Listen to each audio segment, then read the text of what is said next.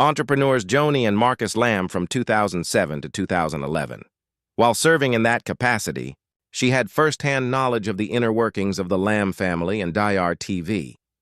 Daystar has been falling apart ever since these accusations surfaced. This time around, it's not merely hearsay. Shocking evidence has been found by investigative journalist Julie Roy, which might bring down Joanie Lamb's empire in its entirety. The network's hidden papers, secret accounts, and unheard stories are now making their way to light. Discoveries made by Julie behind Daystar's, perhaps the most significant discovery up to this point, is the restored appearance. A game-changer indeed. Daystar was impenetrable for many years. Faith, family, and hope were the guiding principles of this Christian television network. Every day, viewers tuned in to see Joanie Lamb, the self-assured speaker who continued on following the passing of her husband Marcus. Millions of people saw her as more than just a host. She embodied power and resilience, someone who had remained devoted while suffering loss. Unstoppable, the network appeared, a contemporary dynasty established in the name of God. However, after investigative journalist Julie Roy published her article, things started to shift. There were no rumors or social media turmoil to begin with. It all began with paperwork, interviews, and eyewitnesses. Daystar had spent years perfecting his image, but Julie's inquiry exposed something far deeper. Cash, openness, and authority are all topics that need answering. It was the worst possible timing for Joanie. Not long after the report gave up and left, there was an abrupt pronouncement that rocked the religious world.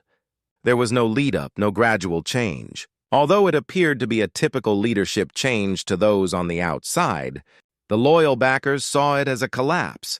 Those who had put their faith in Daystar for so long began to question whether they had been lied to. The findings cast doubt on more than simply the budget. It called the ministry's core values into doubt. It depicted a society where religious belief was marketed as a product and where genuine contributions contributed supporters of the faith paid for an ostentatious way of life. The rumors were given more fuel by Joanie's decision to remain silent after stepping down. Millions of people stopped listening to the once prominent speaker. There was no great commotion or roar as Daystar fell, as if witnessing a revered object crumble under its own weight. It was gradual and ponderous. The termination of a beloved ministry wasn't the only thing that many felt. Leadership, Christian media, and perhaps even the notion that Christianity could endure celebrity were all shaken to their very core. In July, it was reported that Daystar had paid $100,000 for the answer, yes. Incidentally, there are inquiries on this matter floating around the internet. On the verge of asking you about that, I changed my mind. Thus, categorically not. We did not spend Daystar's money on our honeymoon in the slightest. Our honeymoon was covered by us. I understand. So that's a different life. A subtle storm was building, and no one noticed until it was too late. Julie Roy, leader of the courageous investigative journalist, renowned for revealing wrongdoing and corruption within the Christian community. Joanie Lamb, the embodiment of Daystar for many years, stood opposed. Lamb had worked tirelessly to establish herself as an obedient disciple of God and an inspiration to countless people. Two powerful ladies, each with her own strong belief in what she was doing correctly. Their meeting, however, triggered a seismic event that rattled the Christian community at large. The name Julie Roy was always brought up in debates. For years, she had demanded accountability from church leaders, men and women who had amassed multi-million-dollar ministries while exhorting us to be humble.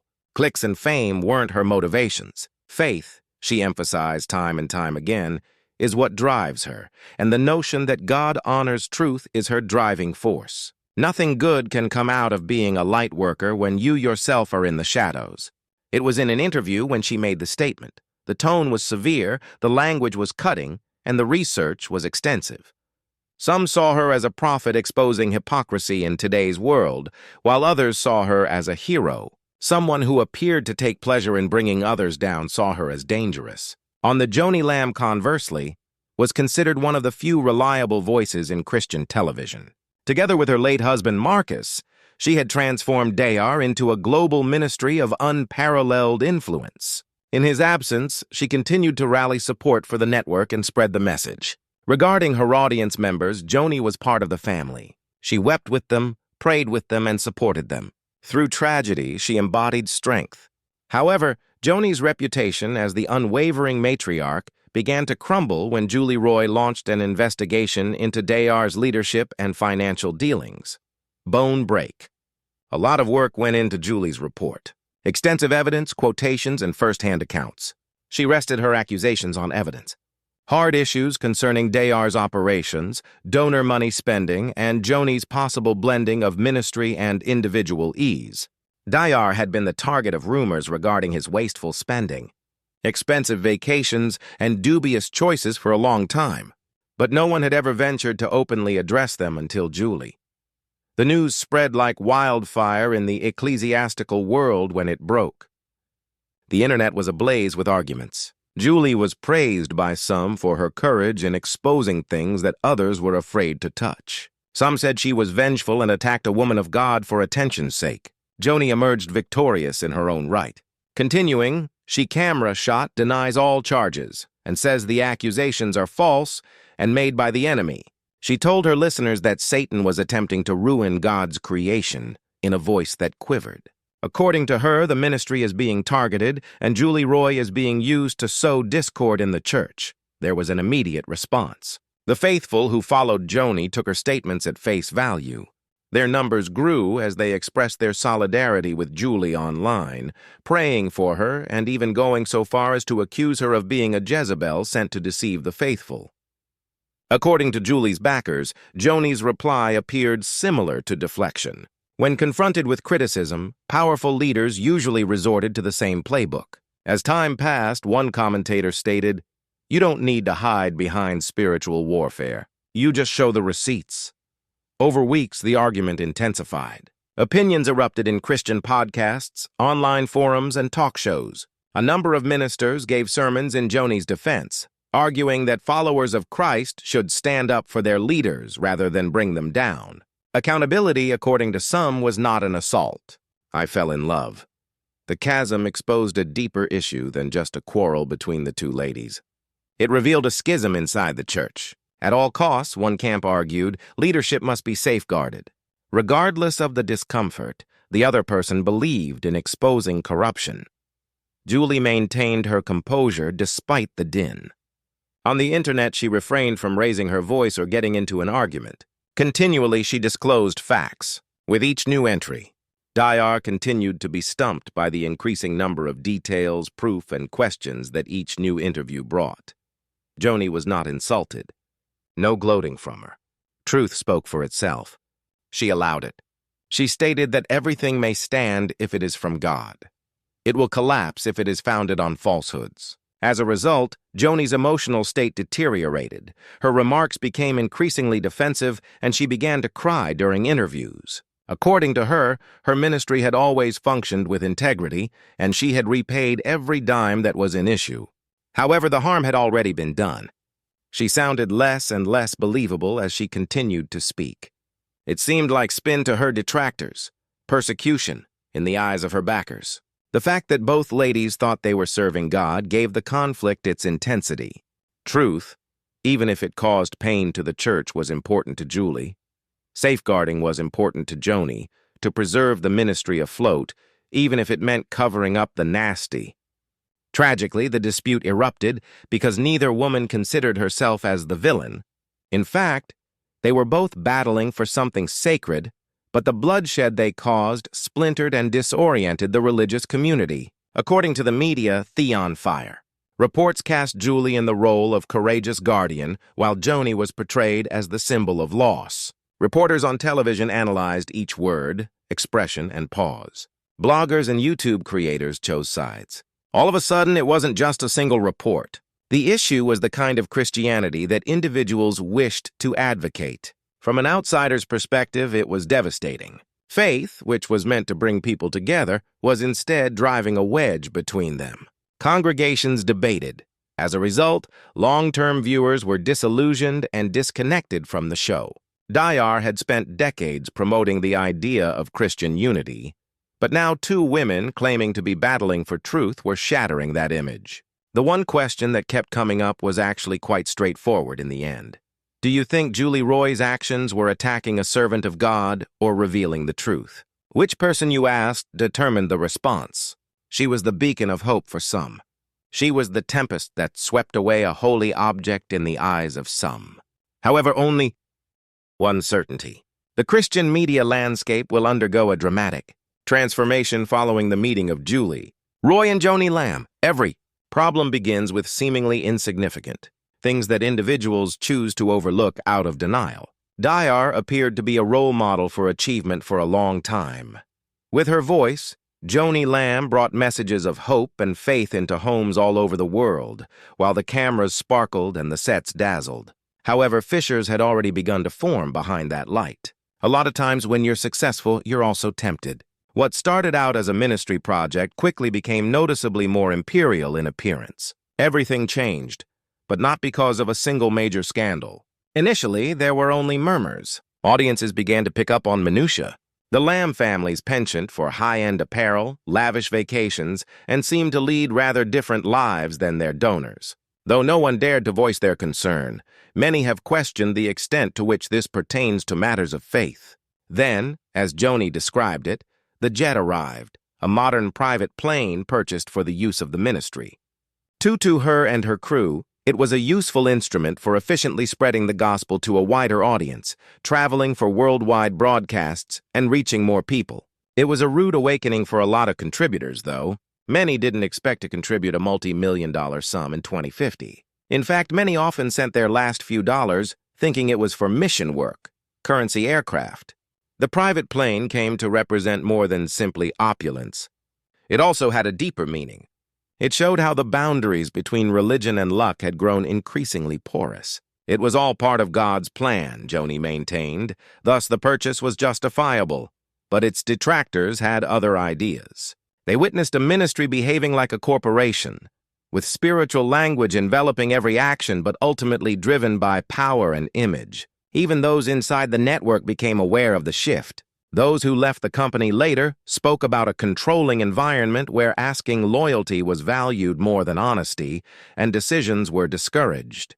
When employees voiced their concerns about the company's finances, management encouraged them to pray about it and be quiet. We stopped being a ministry and started being a brand. Everything had to look perfect no matter what cost, stated one insider. A picture of a ministry based on outward appearances emerged as a result of Julie Roy's study. Documents, testimonies, and first-hand reports revealed that the money was flowing in by the millions. But nobody knew where it went. Daystar was registered as a church. Therefore, none of it legally breached the law. Reports surfaced of expensive meals, hotel stays, designer apparel purchased with ministry funds, and an overall absence of financial openness. What's even more astonishing is that it didn't have to disclose financial information publicly. This meant that there were no mandatory tax forms to be filed, no responsibility to be held, and no outside examination of the expenditure of donor funds. All of this took place behind closed doors, and that's when the fissures became chasms. In Joni's words, the accusations were unfair, according to her dedicated followers, who cited her decades of work, faith, and strength. Following Marcus's death, they viewed her as a woman being attacked by the media, a faithful leader being dismantled by envious detractors. Someone had to have changed following Marcus's death, according to others, particularly those who had worked closely with her. Joni, without his constant influence, had become more controlling and image-focused than mission-focused. Behind the stunning broadcasts were opulent offices, costly renovations, and choices made by an exclusive group of trusted insiders. Those same insiders also vetted the expenditure, managed the funds, and prevented outsiders from asking too many questions. Daystar continued to appear immaculate to the public, but for those on the inside, it was like being on stage, constructed on a foundation of sand.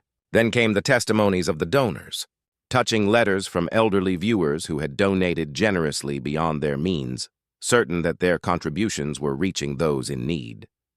Some had gone without meals or put off medical costs in order to plant a Christian seed in the ministry.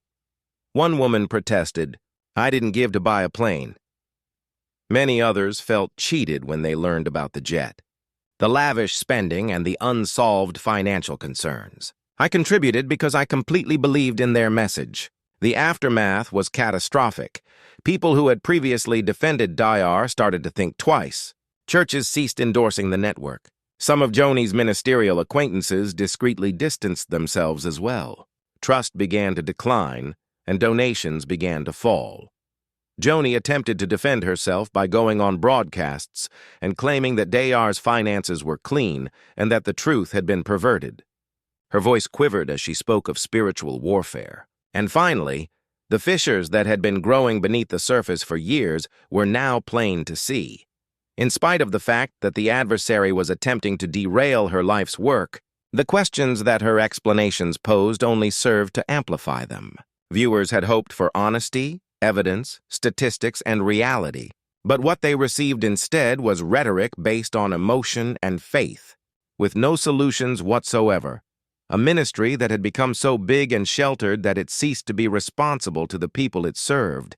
As more and more money came in, no one appeared to care about where it went. Was the problem not a single accusation or purchase, but the pattern as a whole? Once Jolie Roy revealed the secretive nature of the once luminous empire, there was no turning back. The plot shifted from an exploration of avarice to a contemplation of trust, and the fragility of faith turned into a commercial enterprise. Many found this aspect particularly challenging. Grant.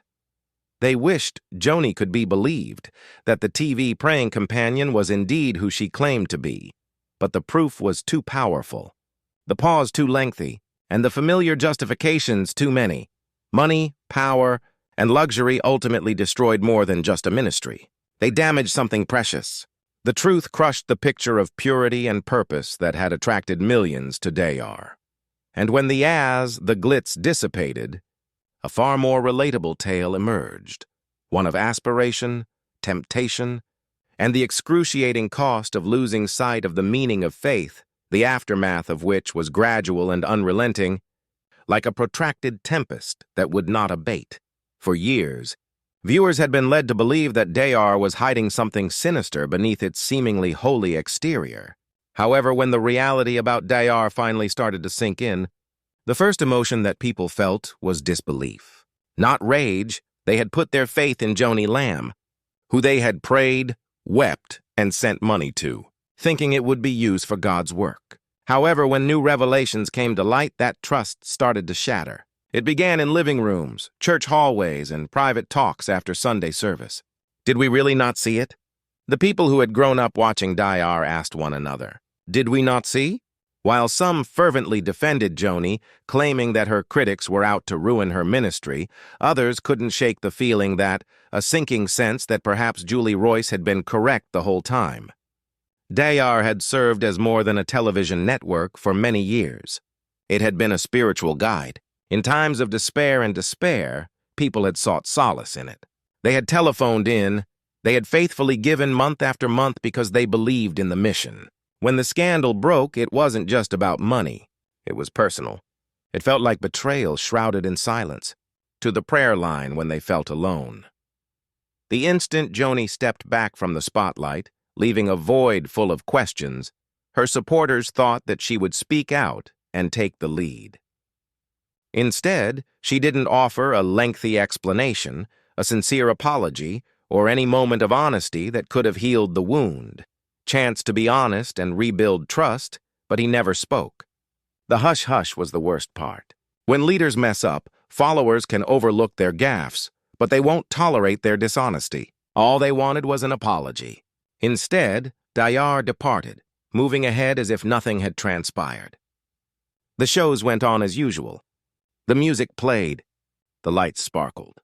However, beneath that recognizable image, the energy had vanished. Donations came in at a trickle.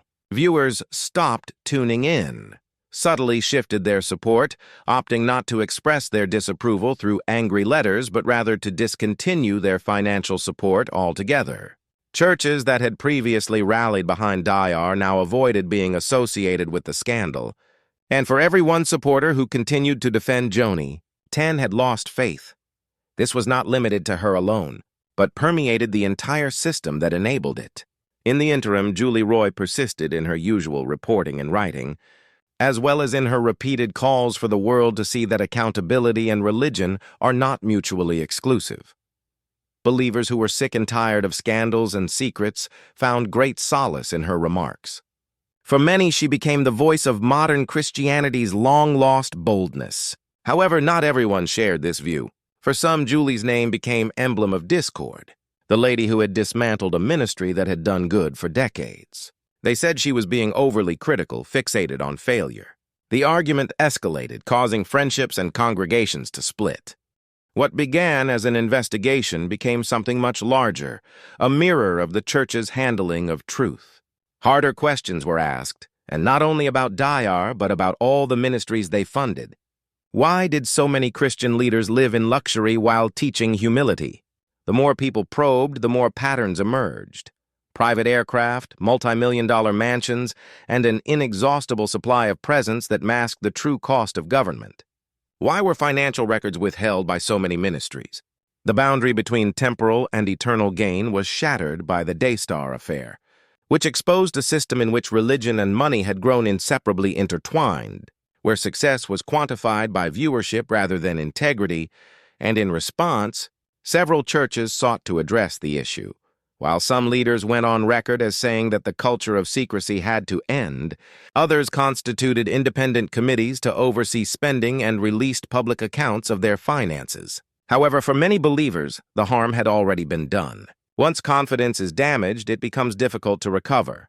It doesn't return easily.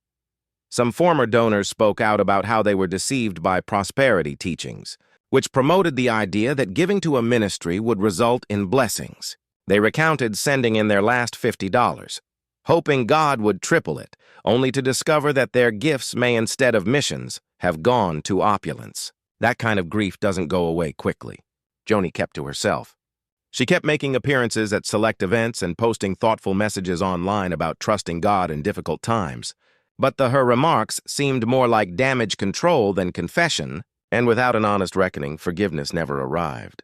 Daystar's empire continued to shrink over time, and the network still felt like it was being rehearsed.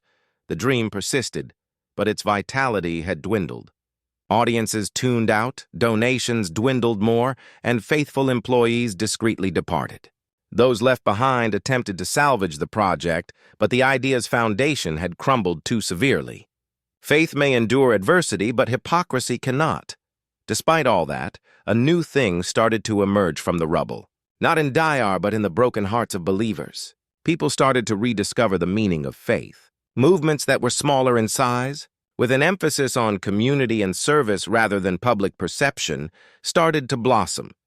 As a result, churches that had previously followed the lead of major media networks have returned to a more simple, prayer-centered, people-centered, truth-centered model. The Daystar controversy served as a warning story, reminding people that charisma and production value are more important than ever before. Integrity is the only thing that matters. It demonstrated that ministries may become soulless if they lose sight of their original goal. This was a painful but necessary awakening for many. Eventually, the clamor subsided. In the stillness, a scar and a lesson lingered. Faith doesn't perish with a leader's downfall. It perishes when the people cease seeking the truth. For those who had once looked up, there was a hashtag that had ceased trending. The world had moved on. The anguish was genuine for Joanie Lamb, but the subsequent clarity was equally so. They understood that no influential ministry should be exempt from responsibility. They also understood that God's mission did not necessitate secret accounts or private planes, but rather sincerity, empathy, and modesty.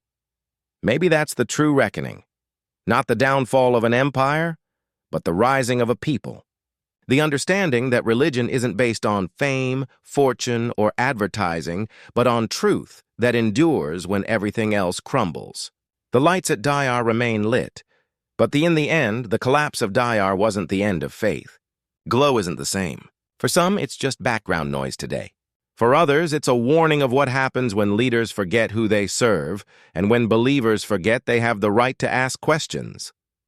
The fall of the empire was just the beginning. It was a rallying cry for genuineness, honesty, and a religion that doesn't require flashy performances or flawless grins to endure.